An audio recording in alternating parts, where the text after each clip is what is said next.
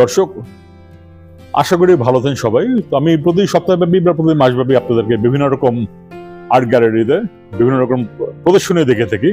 তো আজও তার ব্যতিক্রম কিছু নয়। আজ আমি ধানমন্ডি 4 নম্বর শফিউদ্দিন শিল্পালয় আর্ট গ্যালারিতে আছি। এখানে চলছে একটি ব্যানার দেখতে পাচ্ছেন আমার পাশে, AWF অটিজম ওয়েলফেয়ার ফাউন্ডেশন, মানে AWF এর বিশেষ চাহিদা সম্পন্ন শিক্ষার্থী আকিয়াদের চিত্রকর্ম নিয়ে চিত্র প্রদর্শনী। চমৎকার একটি ব্যতিক্রমধর্মী গ্রুপ এক্সিবিশন এখন আমি আপনাদেরকে দেখাবো। তো আশা করি আপনাদের ভালো লাগবে। চলুন দেখে ফেলি।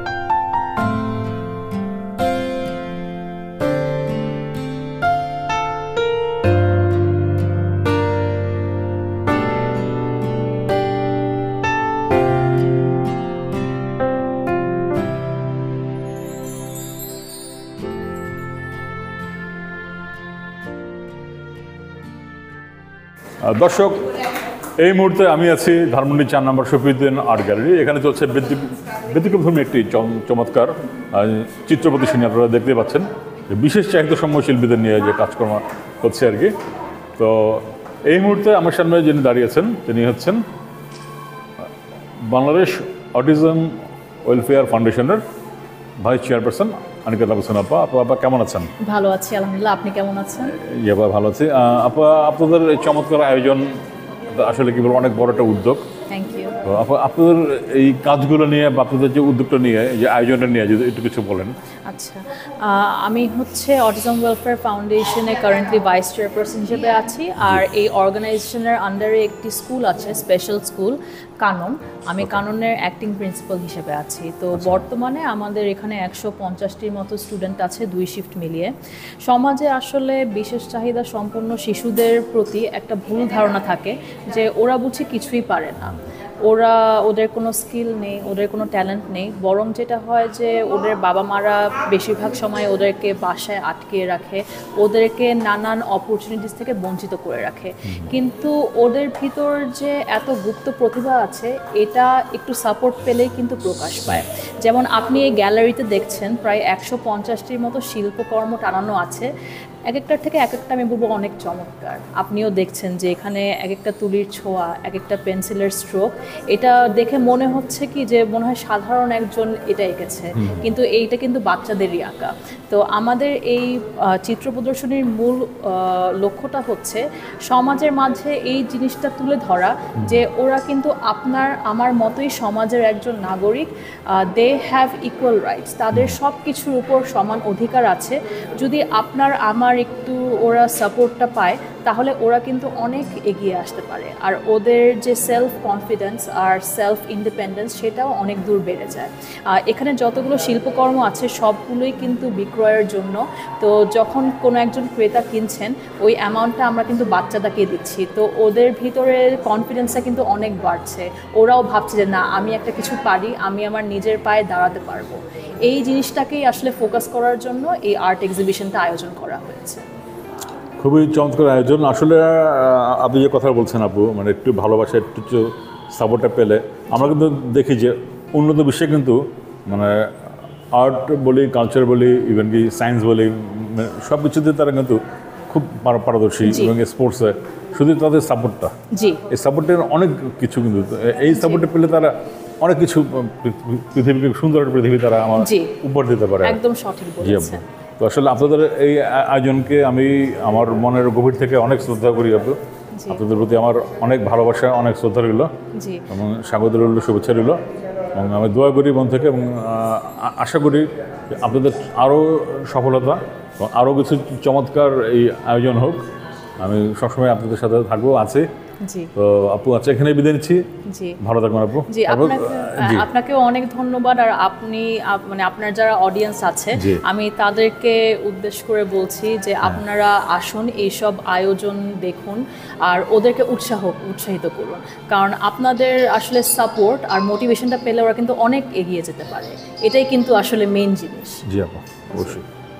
তো দর্শক বুঝতে পারছেন, আপনাদের একটু সাপোর্ট, একটু সহানুভূতি, একটু ভালোবাসা কিন্তু ওদেরকে অনেক দূর এগিয়ে নিয়ে যেতে পারে।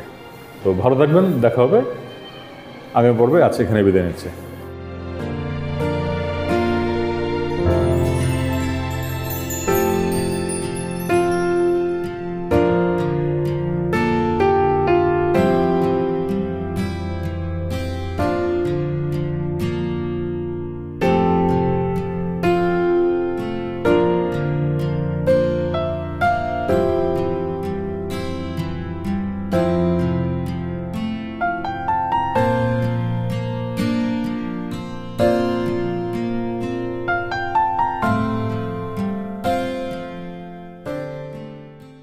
দর্শক, আমি এখন আছি সুবিদিনী শিল্পালয় আর্ট গ্যালারি। এখানে চলছে বিশেষ চাহিদা সম্পন্ন শিল্পীদের নিয়ে একটি বিশেষ আয়োজন।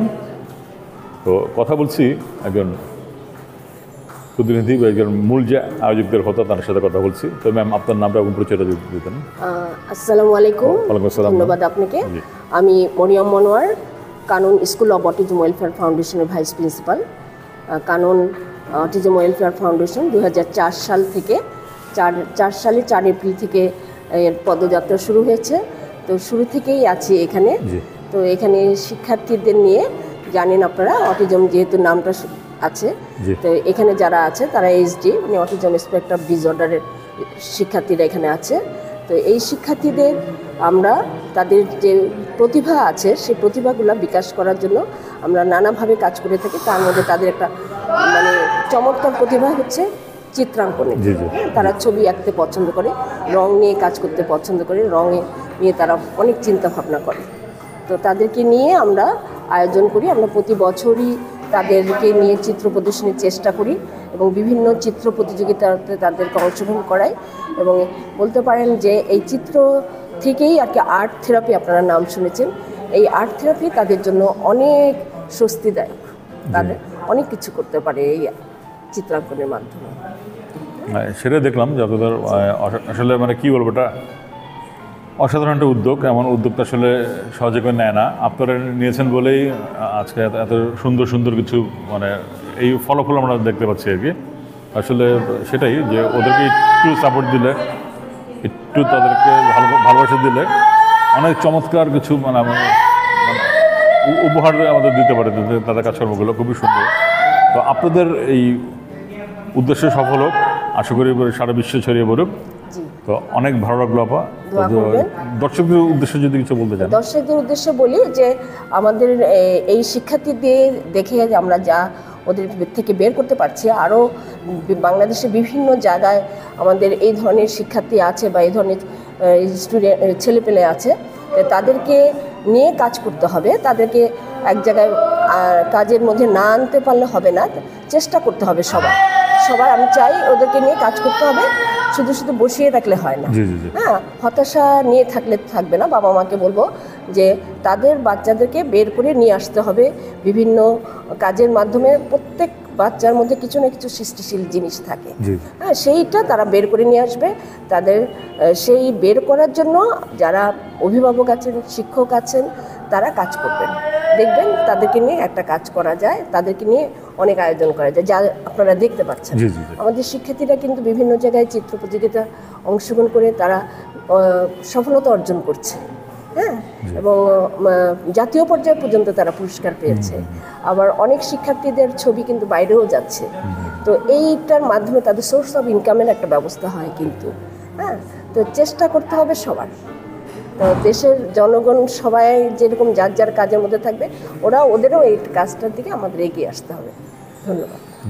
তো দর্শক, আসুন আমরা ওদের পাশে থাকি, ওদেরকে একটু ভালোবাসা দিই, ওদেরকে উৎসাহ দিই, হতাশ না করি। দেখবেন ওদের মাধ্যমে আমরা খুব সুন্দর একটি পৃথিবী উপহার পাবো। তো আজ এখানে শেষ করছি, দেখা হবে আগামী পর্বে। ভালো থাকবেন। Like and subscribe my channel. I am Harris81. If you find it entertaining, share with your friends and family.